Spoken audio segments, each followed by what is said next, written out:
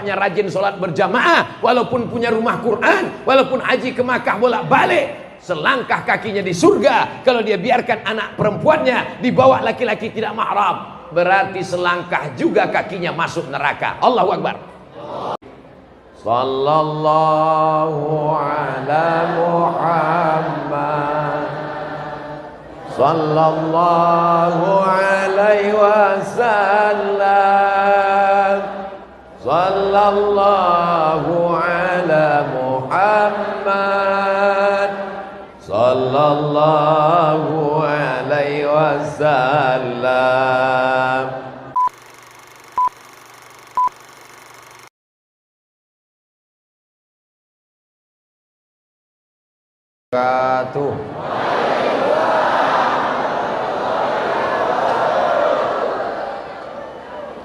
Memang cantik Batu Manikam. Dibeli di Kota Padang. Dari bunyi sambutan salam, kelihatannya belum makan siang. Apa kabar semua Bapak Ibu? Sehat? Semua yang hadir ini umurnya panjang. Yang ngomong bukan saya, Nabi Muhammad sallallahu alaihi wasallam. Salatul jamaati, salat berjamaah, tafdulu salatal fadhi, lebih utama daripada salat sendirian.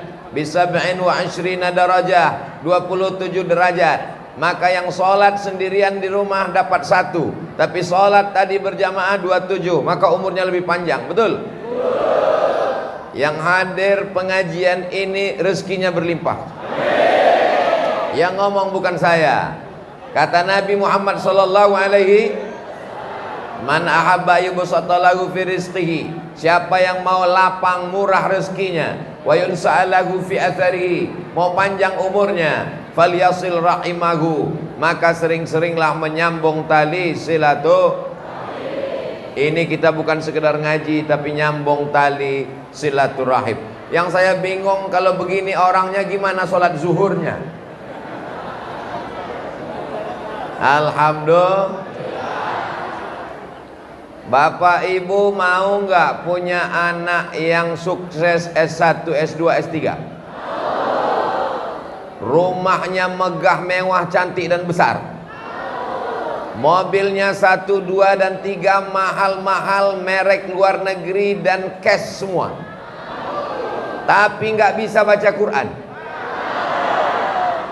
Buta huruf Al-Quran 64%. Percaya tidak percaya, tapi itu tidak akan terjadi di perumahan Wanasari. Betul? Kenapa? Karena saya baru saja mampir tadi di rumah Ahlul Quran. Yang anak-anaknya sudah membaca Quran, alhamdulillah. Yang belum membaca Al-Quran, belum bisa baca Quran, mudah-mudahan setelah tabligh akbar ini orang tuanya makin semangat untuk mendaftarkan ke sekolah-sekolah tahfiz Quran. Amin. Yang jadi masalah anaknya sudah bisa baca Quran, bapaknya nggak bisa baca Quran. Maka bapaknya pun jangan malu, karena dalam Islam diajarkan utlubil ilma, tuntut ilmu minal mahdi ilal. Tidak ada batasan umur untuk belajar sampai hari kiamat. Yang sudah tua jangan bosan. Tidak ada batasan. S1 24 tahun, S2 27 tahun, S3 30 tahun. Itu sistem belajar di barat. Adapun di Islam, sampai di liang lahat pun orang masih diajarkan. Betul? Betul dari mana? Orang mati masuk liang lahat kan dibacakan talqin. Bapak Ibu di sini kalau meninggal masih dibacakan talqin? Dibacakan talqin. Kalau nanti datang malaikat mungkar nakir bertanya kepadamu, man rabbuka, siapa Tuhanmu? Katakan Allah. Man nabiyuka, siapa nabimu? Katakan Nabi Muhammad sallallahu alaihi wasallam. Apa minumannya? Santri. Di mana-mana Ustaz Somad kalau tausiah itu merek minumannya dicopot karena nggak boleh iklan gratis. Tapi hari ini sengaja diiklankan. Belilah minuman air santri. Produk sendiri, uangnya dipakai untuk pondok pesantren saudara-saudara kita. Janji setiap acara minum air santri, kelihatannya takut khawatir. Janji setiap acara minum air santri. Ingat, janjinya dalam masjid, jangan ada dusta di antara kita. Oh, Ustaz Somad jualan air, saya tidak ada hubungan dengan air santri. Saya tidak ada keuntungan 1 rupiah pun. Tapi ini saya tahu dari pesantren Sidogiri, Jawa Timur, dipakai oleh orang-orang yang soleh. Airnya dibacakan doa para santri, keuntungannya untuk pesantren. Maka kita sudah berjihad di jalan Allah, jihad fi sabilillah. Ke depan sorbannya diproduksi oleh saudara kita. Apalagi di Bekasi ini banyak pabrik-pabrik, betul? Pabrik peci, pabrik jubah, pabrik sajadah. Umat Islam mesti mandiri, umat Islam mesti kaya raya. Amin. Ini ada orang yang menyampaikan umat Islam itu miskin, susah, melarat, compang-camping. Dunia ini hanya membuat kita lupa dari Allah. Saya yakin ini ajaran Belanda, bukan ajaran Islam. Ini masjidnya cantik, bagus. Apa nama masjidnya? Saya tahu, cuman ngetes aja.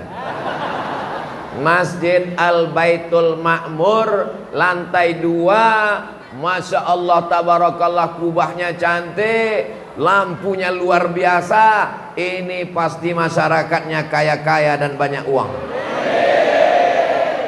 Apakah ada orang mati bawa rumah? Saya tanya sekali lagi, apakah ada orang mati bawa rumah? Enggak ada? Ada. Rumahnya diwakafkan untuk rumah Quran. Apakah ada orang mati bawa mobil? Ada. Rumahnya diwakafkan, mobilnya diwakafkan untuk mobil ambulan. Kami di Pekanbaru Riau, Yayasan Tabung Wakaf Umat, ada namanya wakaf mobil ambulan. Gratis, syaratnya 2, sakit mati. Jadi kalau ada orang rumahnya banyak, bagus apa enggak bagus? Bagus. Tapi salah satunya diwakafkan untuk rumah Quran. Amin. Kalau ada orang mobilnya banyak, bagus apa enggak bagus? Bagus. Tapi salah satunya wakafkan untuk ambulan. Saya dapat kiriman video, ada orang yang bapaknya meninggal, enggak punya uang untuk sewa ambulan, diikat pakai ojek, dibawa ke liang lahat. Bapak ibu yang belum dapat kiriman, nanti saya kirim. Betapa menyedihkan, mengenaskan, menyakitkan. Tapi kalau kita punya harta, bisa kita tolong agama Allah. Uang yang dicari, ma'akalta, yang kau makan busuk. 1 kali makan, makan pagi, makan siang, makan malam. 1 hari 3 kali makan, 2,5 on. 1 bulan 7,5 kilo. 1 tahun 100 kilo. Saya Abdul Somad, biarpun kurus begini, sudah membusukkan 4 ton 500 kilo. Umur saya 45 tahun, walaupun kelihatannya seperti 25. 4 ton 500 kilo busuk.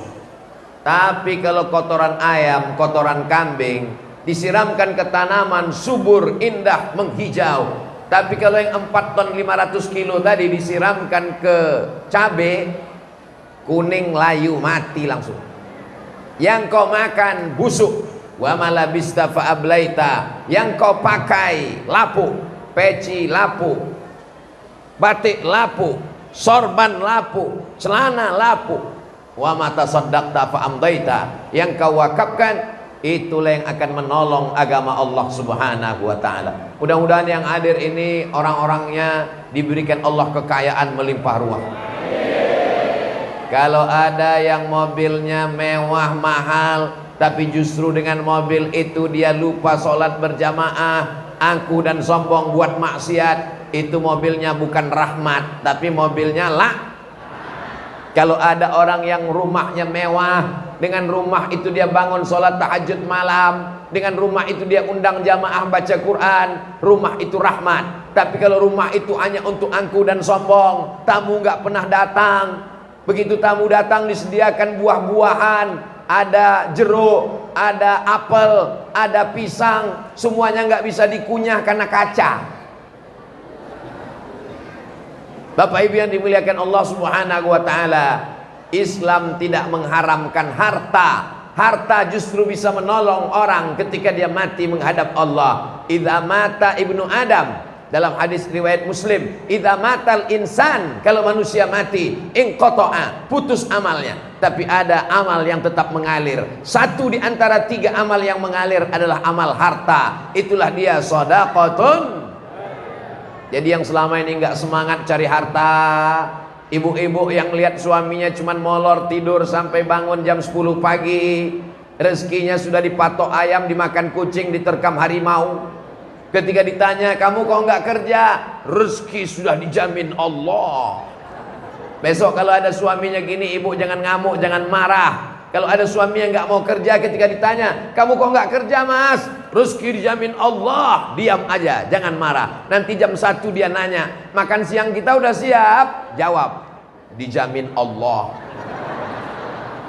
Mesti ada usaha dan ikhtiar. Bangun subuh, ke masjid, sholat berjamaah. Kenapa dikatakan orang yang sholat duha rezekinya lancar? Karena kalau dia sholat duha pasti bangun pagi, pasti dia bersemangat bekerja. Kenapa orang yang baca surat Al-Waqiah dikatakan rezekinya lancar? Bukan baca surat Al-Waqiah langsung tidur. Karena Al-Waqiah itu cerita tentang kiamat. Orang yang cerita kiamat cerita mati. Idza waqa'atil waqiah. Kalau kiamat sudah terjadi, kalau dia tahu bahwa dia akan mati, dia persiapkan amal. Dan di antara amal yang mengalir sampai hari kiamat adalah amal harta. Semen, batu bata, batu kerikil, keramik, karpet, atap, lampu. Siapa yang mewakafkan lampu ini luar biasa. Jam dindingnya mahal, luar biasa. Ada pula TV nyasar satu naik ke atas, luar biasa. Walaupun nggak hidup nggak apa-apa. Jamaah, karena belum masanya Pak Ustadz. Ini yang mewakafkan sound system, suara menggelegar luar biasa. Ini semua adalah dibeli dengan uang.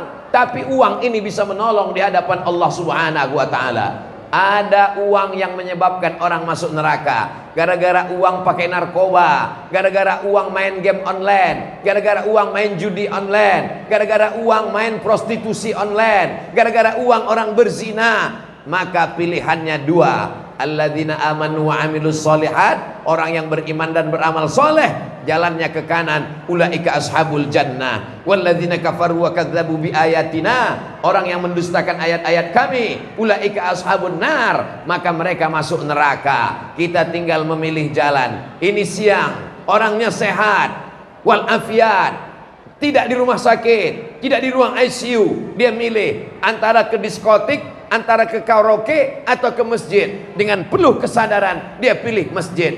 Itulah orang yang mendapatkan taufik dan hidayah. Makanya kita selalu meminta ihdinas siratal mustaqim, berikan kami jalan yang lurus. Jalan yang mana? Siratal ladzina an'amta alaihim ghairil maghdub waladdallin. Semuanya berharap supaya dapat. Maka dia katakan, kabulkanlah ya Allah, kabulkanlah ya Allah, kabulkanlah ya Allah. Bahasa Arabnya amin.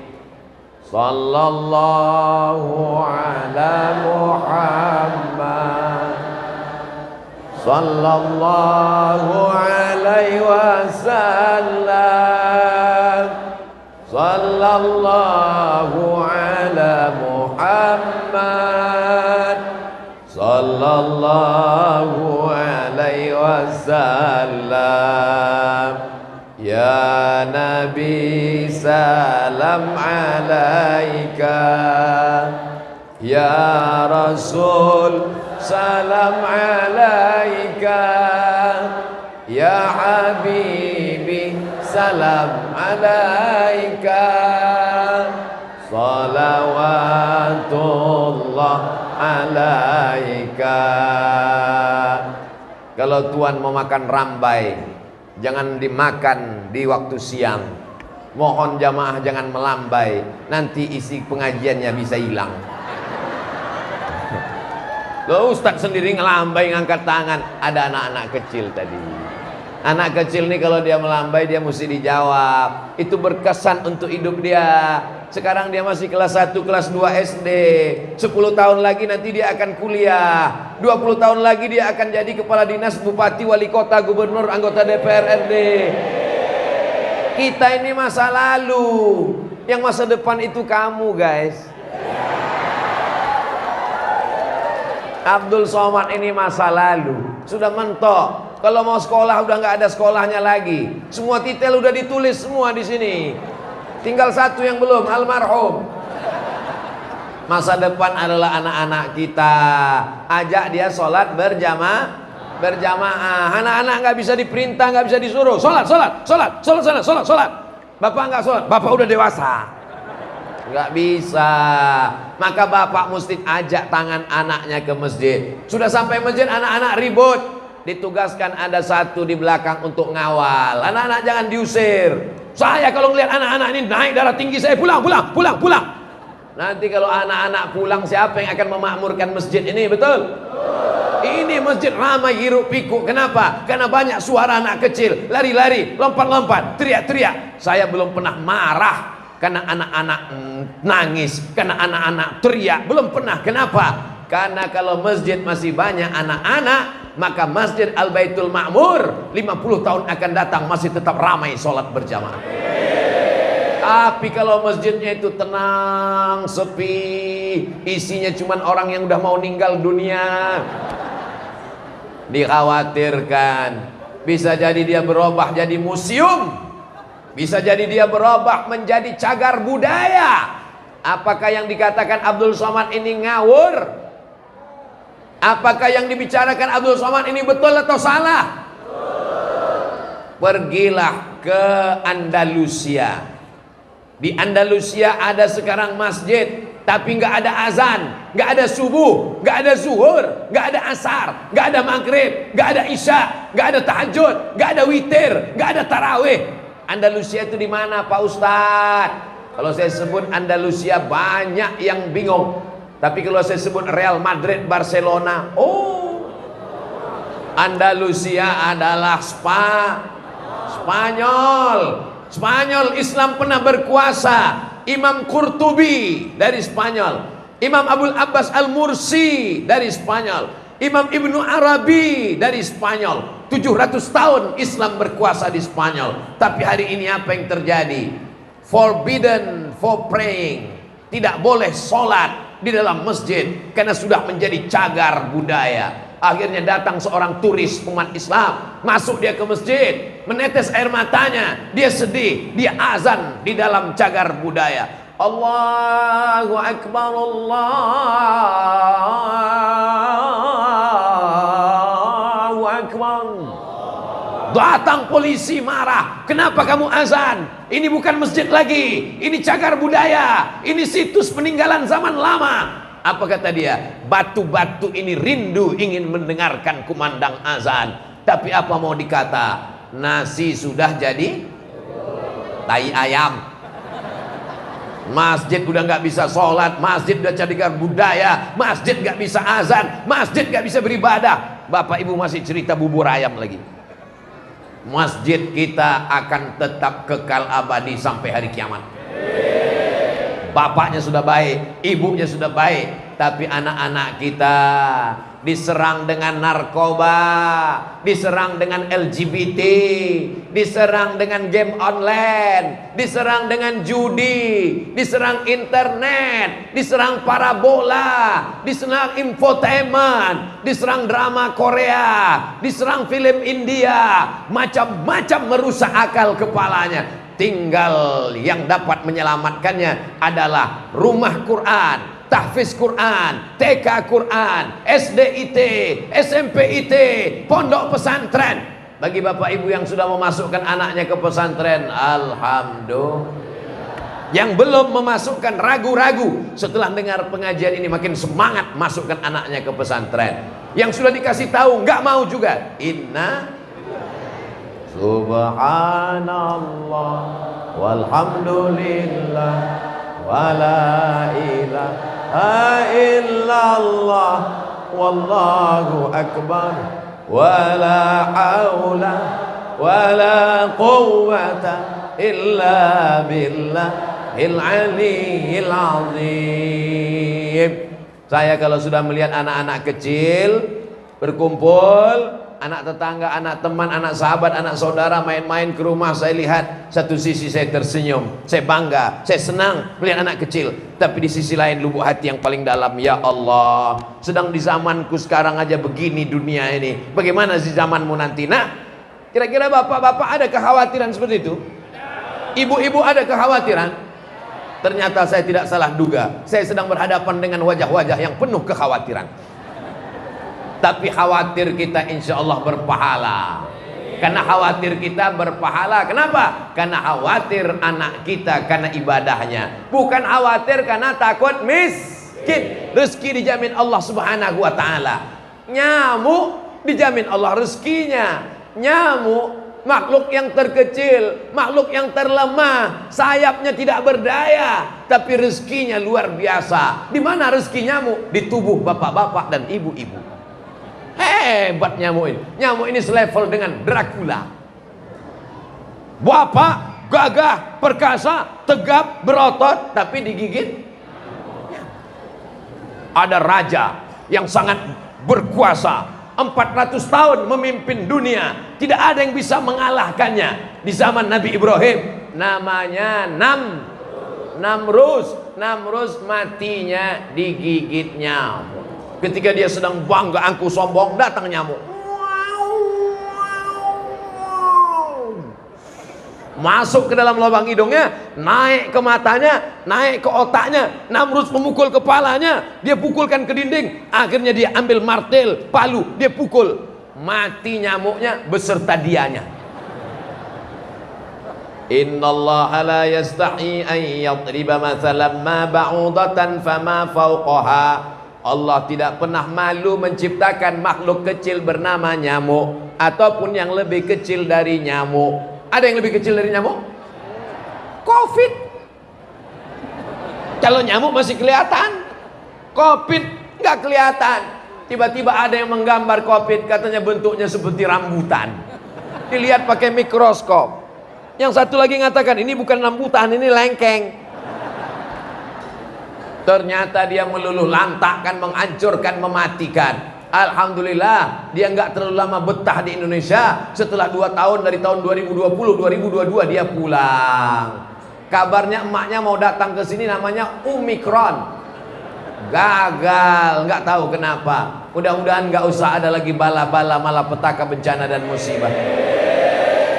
Yang dapat menolak musibah itu diantaranya adalah la yaruddul qadha illa doa. Tidak ada yang bisa menolak takdir jelek kecuali doa. Itu semua barokah dari doa bapak ibu yang ada memakmurkan masjid Al-Baitul Ma'mur.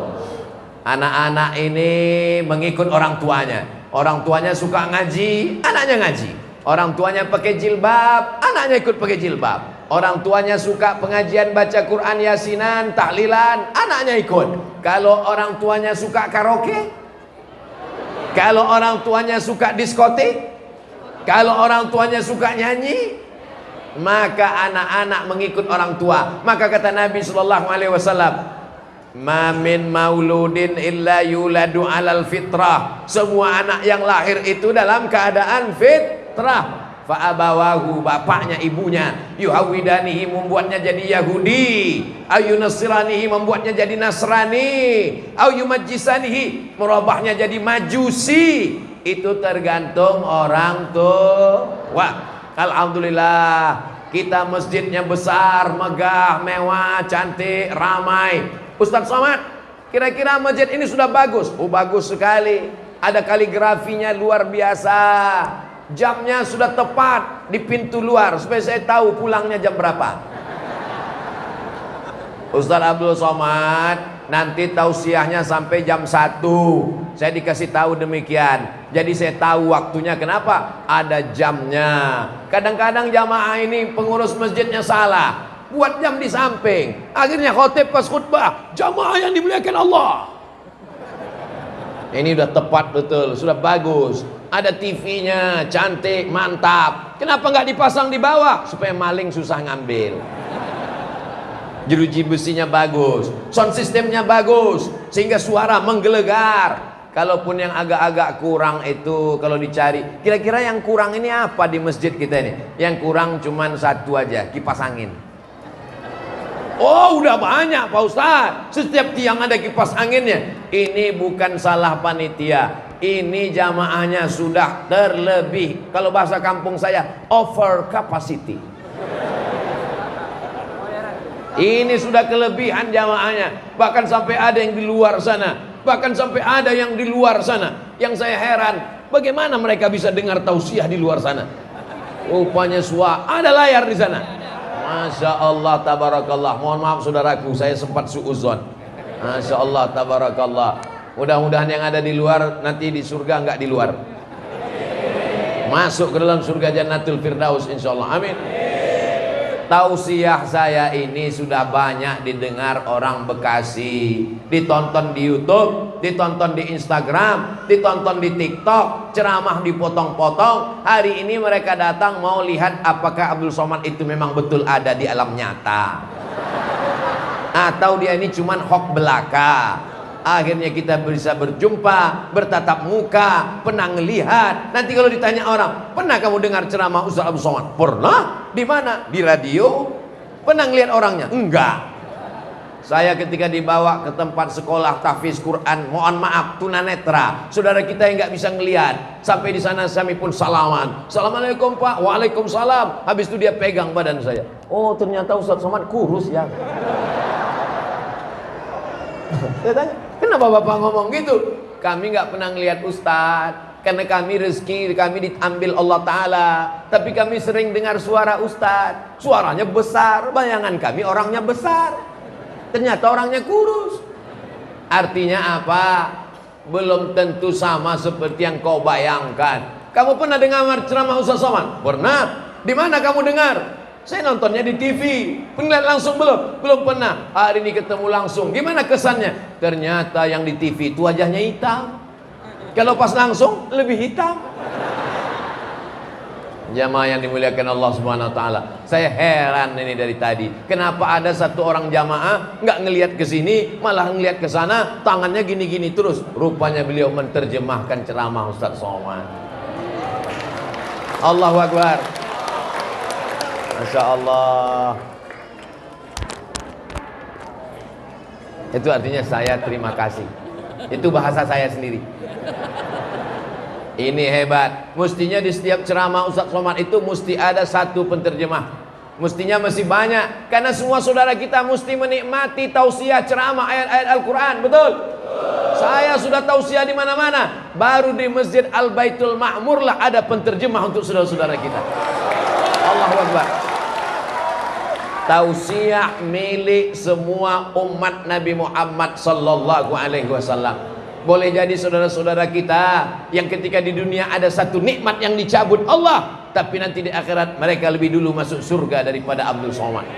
Saudara-saudaraku, tolong doakan Abdul Somad supaya diampunkan dosa-dosanya, supaya diangkat derajatnya, supaya dimasukkan dalam surga Jannatul Firdaus bersama para nabi, bersama para siddiqin, bersama orang yang mati syahid, bersama Nabi Muhammad sallallahu alaihi wasallam. Bapak Ibu semua yang dimuliakan Allah Subhanahu wa taala, ada seorang ibu yang duduk meneteskan air mata saat melihat anaknya bersanding di pelaminan. Pas ditanya, ibu kok nangis? Alhamdulillah Pak Ustadz, tugas saya mengandung anak 9 bulan 10 hari sudah berakhir. Betul?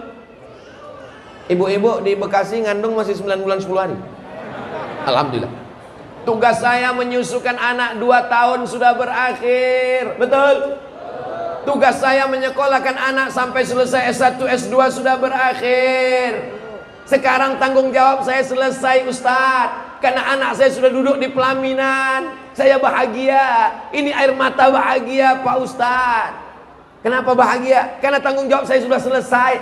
Kata siapa Beb? Tanggung jawabmu belum selesai. Kalau anakmu sudah menikah, suaminya nyuruh dia buka aurat, jilbabnya terbang, pakaiannya melayang, kira-kira ibu bapak sebagai orang tuanya tetap diam atau ngasih tahu? Kasih tahu, jangan diam, panggil dia, menantu setan. Jangan kasar begitu, bahasanya mesti lembut. Setan,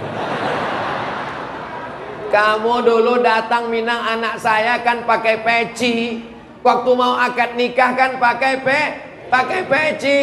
Sebelum akad nikah Pak Kua kan ngajak kamu bersyahadat, istighfar, Astaghfirullahalazim, asyhadu an la ilaha illallah wa asyhadu anna Muhammadar Rasulullah. Hai fulan bin fulan, ya bapak, aku nikahkan engkau dengan anakku dengan mahar seperangkat alat sholat dan kitab suci Al-Quran, gak pernah dibuka, disimpan dalam lemari sampai mati tunai.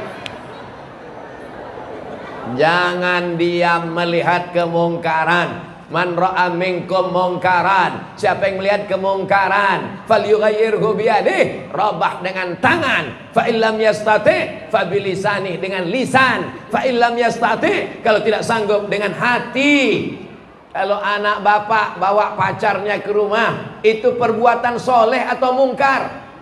Mungkar. Maka bapak nggak boleh masa bodoh, ibu nggak boleh pura-pura nggak tahu, mesti tanya, panggil itu laki-laki, panggil itu anak perempuan, kalian pacaran? Iya pak. Kenapa pacaran? Kata Ustaz Somad haram. Ini pacaran syariah. Kami manggilnya ya akhi ya ukhti. Nanti bulan kedua ya abi ya umi, bulan ketiga ya almarhum ya almarhumah. Enggak ada pacaran syariah. Laki-laki perempuan kalau jalan-jalan kemana-mana, maka perbuatannya haram. La yakhluwanna rajulun ma'amra'atin illa ma'adhi mahramin. Enggak boleh berdua-duaan. Ini ajaran Islam, membiarkan anak keluar rumah walaupun bapaknya rajin sholat berjamaah, walaupun punya rumah Quran, walaupun haji ke Makkah bolak-balik, selangkah kakinya di surga. Kalau dia biarkan anak perempuannya dibawa laki-laki tidak mahram, berarti selangkah juga kakinya masuk neraka. Allahu Akbar. Kalau ada laki-laki perempuan jalan, bapak sebagai orang tua, ibu sebagai orang tua, panggil dia, dudukkan di ruang tamu, tanya, mau dibawa kemana hubungan ini? Kalau kamu memang jantan, jangan cuma bawa sepeda motor. Kalau kamu cuma jantan, jangan bawa mobil mewah. Kalau kamu jantan, bawa anak saya ke kantor urusan agama. Setuju? Nah, yang laki-laki saya sudah pancing, bapaknya setuju, nanti sore datang. Halalkan dengan nama Allah Subhanahu wa ta'ala. Mudah-mudahan yang belum ketemu jodoh ditemukan dengan jodoh yang baik-baik. Yang ngomong amin yang belum nikah, anak udah 3, amin. Dia nggak tahu istrinya ngeliat dari atas. Awas kamu nanti pulang ke rumah diputarkan videonya. Tadi waktu Ustaz Somad ngomong jodoh, papa ngomong amin nggak? Nggak ada. Ini rekamannya untuk anak kita. Jadi kalau ada yang sudah menikah, sudah punya anak, ini ngomong amin, itu sebenarnya untuk anak-anaknya, betul? Itu cara saya menyelamatkan kalian, Pak. Bapak Ibu yang dimuliakan Allah Subhanahu wa taala, la tus'alunna yauma idzin anin. Semua nikmat akan ditanya Allah. Nikmat mata, sudahkah kau pakai mata untuk menangis di tengah malam baca Quran? Sudah. Nikmat telinga, sudahkah kau pakai telinga untuk mendengar tausiah ceramah Ustaz Abdul Somad? Jamaah Al-Baitul Ma'mur menjawab, telinga kami sudah kami pakai mendengar ceramah Ustaz Somad sampai budek. Loh, kok begitu? Karena kebetulan duduk di dekat sound system. Masya Allah. Saudara kita yang berada dekat sound system, walaupun itu bodinya tegap, berjambang dan berkumis, namanya Juleha. Tahu arti Juleha? Juru sembelih halal. Motong kambing, motong sapi, motong onta, kalau nggak benar cara motongnya, bagaimana? Saudaraku dimanapun berada, ini tidak lama lagi hari raya kurban. Sudahkan belajar cara motong? Yang belum belajar, belajar kepada Juleha, juru sembelih halal. Ustadz Omar, Ustadz Somad sebagai penasehat juleha. Goloknya banyak di rumah, tapi belum ada yang dipakai. Pernah 2 tahun yang lalu saya bersama juleha, diajarkan cara motong. Begitu sampai hari H, nggak ada satupun yang mau. Akhirnya saya didesak, Ustadz Somad silakan potong. Paksa saya coba, bismillah, direkam viral. Setelah itu nggak mau lagi. Saya ini termasuk orang yang paling penyayang, hatinya lembut selembut sutra. Saya nggak sampai hati ngelihat kambing itu meninggal di tangan saya, tapi begitu tadi dimasak dengan nasi biryani, selesai. Allahu Akbar. Jamaah yang dimuliakan Allah Subhanahu. Kita kalau dipoto itu cari pose yang bagus, karena banyak di internet itu saya lihat mereka ngambil foto nggak bagus, pas saya teriak nanti di share kemana-mana. Tapi foto yang di Al-Baitul Ma'mur mantap. Begitu nanti di share, mereka ngelihat di internet, ini di mana nih foto Ustadz Somad sedang ceramah kok bisa gini? Ini di Al-Baitul Ma'mur. Siapa yang ambil fotonya? Silakan ambil foto bersama fotografer kita. Hubungi nomor kontak berikut ini. Boleh dipotong, masukkan ke Instagram untuk iklan gratis. Adapun royalti nanti kita bicarakan. Jamaah yang dimuliakan Allah Subhanahu wa taala, sudahkah kau pikirkan, afala ta'qilun, bahwa kau akan calon bupati belum tentu jadi bupati, calon wali kota belum tentu dilantik, calon presiden belum tentu jadi. Tapi kalau mati pasti kita akan mati menghadap Allah Subhanahu wa taala. Istri, suami, belayan hidup, belahan jiwa, manusia dicinta. Tapi ketika bapak meninggal dunia, mohon maaf, ibu-ibu mau ikut? Lihatlah betapa jujurnya mereka, Pak. Dan begitu juga sebaliknya, Bu. Begitu ibu meninggal, harta warisan dibagi 2, nama hartanya gono gini. Artinya apa? Lu begono, gua begini. Kebetulan hartanya 2 miliar, gono gini dibagi 2. Ibu 1 miliar dibagi untuk ahli waris, untuk bapak 1 miliar. Ini bapak-bapak ini kalau punya uang 1 miliar, nangisnya cuma sebelah.